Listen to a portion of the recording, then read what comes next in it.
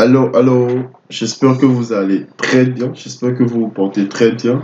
Et aujourd'hui, comme promis, on va faire un TP, donc concernant ce qu'on avait vu la dernière fois dans R. Donc, j'ai préparé, il y a un exercice, donc ici, donc j'ai pas le droit de partager le PDF, mais vous pouvez faire pause sur la vidéo pour pouvoir regarder l'exercice. C'est tout ça, tout ce que nous allons faire. Donc, pouvoir regarder l'exercice et essayer par vous-même. Et une fois terminé, vous pouvez appuyer sur play pour voir la suite de la vidéo. Donc, comme ça vous donnera une idée des difficultés ou pas que vous avez au début du langage. Donc, c'est un peu ça. Donc, je vous conseille, si vous voulez, de faire une pause, d'essayer par vous-même avant de voir ce que je vais faire. Donc, c'est ce que nous allons faire aujourd'hui. Donc, on va créer euh, un fichier, on dit créer un R script qui permet de faire le calcul du périmètre de l'aire d'un rectangle et de la circonférence d'un cercle, nommé le script périmètre. Donc, bien identifier chacune des variables. Le script doit afficher dans la console le périmètre du rectangle est et son aire est, la circonférence du rectangle est et son aire est.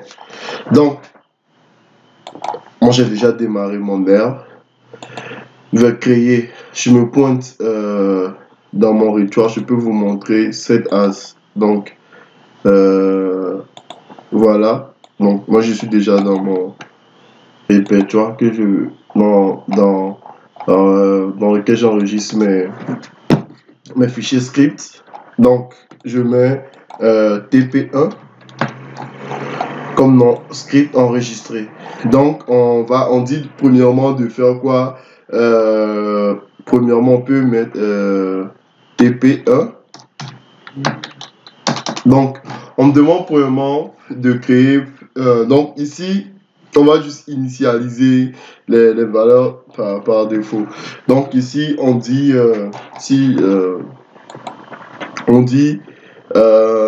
qui permet de faire le calcul du périmètre et de l'aire de rectangle. Donc, et dans le temps, bien identifier les variables. Donc, ici, on va faire premièrement calcul du périmètre. Désolé. Du périmètre. Voilà. Donc, du rectangle. Voilà. Donc, pour calculer le périmètre, donc, on a besoin de la longueur. Donc, longueur, on met une variable 10. Largeur, voilà, 20. Et on met périmètre,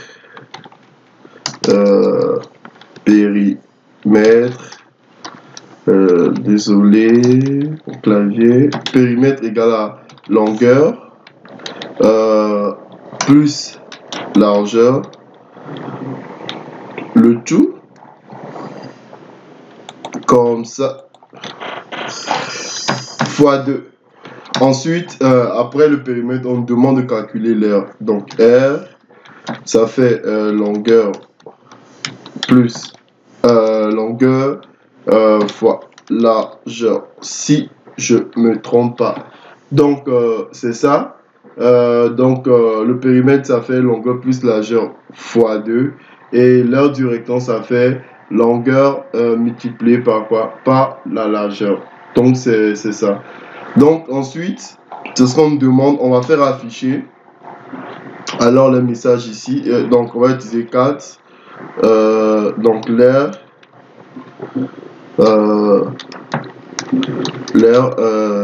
du le périmètre premièrement, le périmètre du rectangle. J'ai quoi aujourd'hui avec mon clavier? Donc le périmètre du rectangle est 2 points. Donc ici on va concaténer en mettant périmètre Voilà. Ensuite, et son aire est deux points. Donc, on met R. Voilà. Donc, déjà, on peut essayer de vérifier pour voir parce que c'est ce qu'on me demande dans la première partie paiement pour ça. Donc, on exécute. Vous voyez ici, il met 10 longueur, largeur, le périmètre, il calcule. Voilà, il met ça ici. R, il le calcule. Il met l'air ici et affiché. Voilà. Donc, le périmètre du rectangle est 60 et son aire est 200. Donc, on peut, si on veut, on remplace par 50. Ici, on remplace par 110. Donc, et puis on exécute. Voilà. Affiché. Voilà. Maintenant, on me demande ensuite de calculer l'aire du circonférence plutôt, je pense. Circonférence d'un cercle. Voilà. Donc, si je viens ici, un instant, oui, on me demande la circonférence du cercle et son aire. Donc, la circonférence ici, tout simplement, on a besoin de quoi pour calculer la circonférence? On a besoin du pi. Donc, on a besoin du rayon. Donc, on met rayon. On initialise à 2. Le pi, pas besoin parce que R, nous disons que c'est vraiment un langage qui facilite la tâche aux analystes. Donc, on a immédiatement une fonction qui s'appelle pi qui contient, on peut essayer ça. Voilà, 3,14 qui est encore plus précis. Donc, voilà, qui est dans pi, donc qui est dans le langage. Donc, par défaut, donc c'est ça. Donc, ce qu'on va utiliser, donc on a rayon, on a pi, et puis c'est bon. Donc, on fait circonférence. Circonférence, donc ça fait 2 fois, ça fait 2 fois pi fois le rayon. Voilà. Donc, ça fait 2 pi rayon. Et l'air, cercle, pour différencier, parce qu'on ne peut pas, il va écraser si je le laisse comme ça. Donc, R, cercle pour dire l'air du cercle. Donc, l'air du cercle, ça fait 2, ça fait pi multiplié par R carré. Donc, ça fait pi multiplié par, soit on fait rayon au carré comme ça, ou soit on fait rayon fois rayon, comme on veut. Donc, on fait 4. Donc, on fait l'aire du cercle. L'aire du cercle est... bon, la circonférence, c'est pas ça qui est important. Donc, R, cercle, virgule, et sa circonférence est le point circonférence. Voilà. J'ai oublié quelque chose ici. Ouais. Ouais. Ok. Je pense que c'est bon. Mais je vais vous montrer quelque chose. Vous voyez, si on exécute à partir d'ici, on aura un message d'erreur. Parce qu'il dit object not found. C'est ça le problème avec R. Il faut exécuter la variable parce qu'il n'a pas ça en mémoire. Vous voyez ici. Donc, on est obligé de revenir ici, exécuter rayon. Vous voyez maintenant, c'est dans la mémoire. R du cercle et temps. On a le message. Dans l'aire du cercle est temps et sa circonférence est temps. Voilà. Donc, tout simplement, on vient de terminer cette partie de l'exercice. Et la partie 2, on dit de modifier l'exercice afin que tout soit interactif. Donc, l'utilisateur doit entrer la longueur, la largeur du rectangle. Il doit également entrer le rayon du cercle. Il faut s'assurer que les questions pertinentes sont posées à l'utilisateur pour entrer l'information. Donc, voilà ce qu'on vient de faire. On sera obligé tout le temps de modifier, par exemple, 4.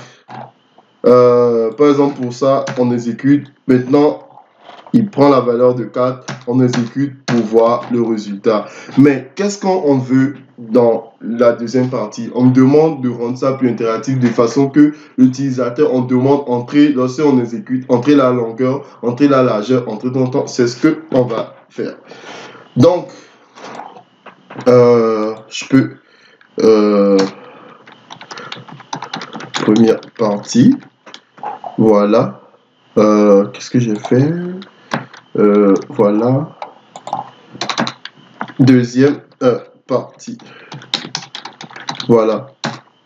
Donc, dans la deuxième partie, on va commencer par calcul du périmètre. Bon, voilà, calcul du périmètre du rectangle. Donc, premièrement, ou soit on met tout simplement rectangle. Bon, c'est pas grave. Donc, ici, on va demander pour à l'utilisateur de rentrer la longueur et la largeur. Donc, dans le premier tutoriel que j'ai fait concernant dans le cours, donc on a vu dans le tuto 1 du Big Data, je vous ai montré comment on fait, on demande à l'utilisateur de faire, de rentrer une valeur ou quelque chose au clavier. Donc, qu'est-ce que nous allons faire? Donc, nous allons utiliser la longueur. Donc, on fait read line qui nous permet de faire une saisie. Donc, on dit entrer la longueur du rectangle. Voilà. Donc, c'est ça. Donc, ici, il va demander à l'utilisateur de rentrer la longueur du rectangle. On va exécuter pour voir ce qui se va donner. OK? Reading. Donc, vous voyez ici, il dit entrer la longueur du rectangle. Je mets 45. Regardez ce qui va se passer. Donc, immédiatement, je vais tout effacer pour que tout soit bien clair. Donc, j'exécute. Je réexécute. Entrer la longueur du rectangle. 114. Entrée. Vous voyez ici, il le met en chaîne de caractères. Donc, il faut que je fasse une conversion parce que ce n'est pas le type que je veux. On avait vu dans le cours une fonction mode longueur, même ici, qui nous dit que c'est caractère, c'est un caractère. Donc, ce n'est pas ce que nous voulons. Donc, on peut revenir ici à la ligne pour faire longueur. On fait as, point, numérique, longueur. Voilà. Et puis, lorsqu'on exécute, vous voyez que, bon, c'est devenu 114. On fait une conversion. Ou soit, on peut le faire en une ligne. Donc, en faisant as point numérique. Comme ça.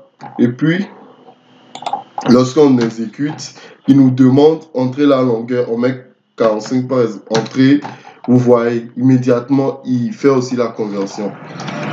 Donc, ensuite, CTRL C, CTRL V, largeur, largeur. Donc ici, c'est bon. Maintenant, on fait maintenant R. R égale à quoi? À longueur. Non. Moi, j'aime souvent que ça me propose ça. Donc, l'air, ça fait R multiplié par largeur. Voilà. Et le périmètre, voilà, ça fait quoi? Ça fait... j'ai déjà... Donc, je peux juste copier-coller les formules pour aller vite. Donc, c'est bon. Donc, ici, je vais copier ça pour afficher. Voilà, pour afficher le message. Ici, j'ai la variable que j'ai utilisée, c'est RA majuscule. Le périmètre, c'est bon. Donc, je vais exécuter. Donc, je vais décaler un peu ce code pour OK. OK, donc j'exécute. Donc, longueur, vous voyez entrer la longueur. Ou soit, qu'est-ce que je peux faire? Bon, entrer la longueur 10. Donc, j'exécute encore largeur. Entrer la largeur du rectangle 24. Donc, périmètre. Et voilà. Donc, le périmètre du rectangle est pendant et son temps. Ou soit, qu'est-ce que je peux faire? J'avais parlé des sections, mais je crois que ici, insert section. Donc, insert section pour dire partie interactive. Donc, entrée. Voilà. Vous voyez? Donc, c'est ça les sessions. Vous voyez? Ça cache mon code. Donc, ici, je peux aller dans Edit. Je peux aller dans Code. Donc, je fais un RAM. Où est ça? RAM, region, RAM section code. Donc, vous voyez, périmètre du rectangle et son aire. Ok. Soit je fais comme ça pour entrer. Je vois pas pourquoi il passe CTRL L.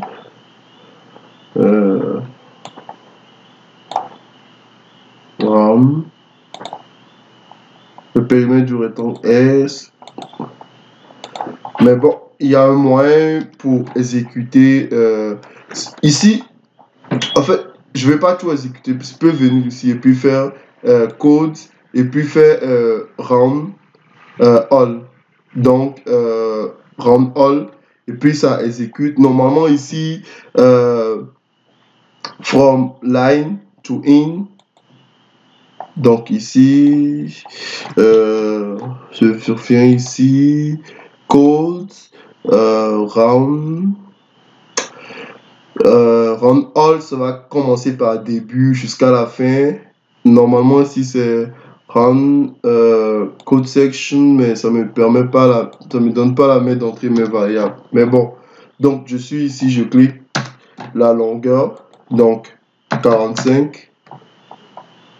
Donc, la largeur, donc, je donne 12, mon aire, donc, périmètre, et j'affiche le résultat. Donc, c'est un peu ça. Donc, j'exécute, et c'est bon.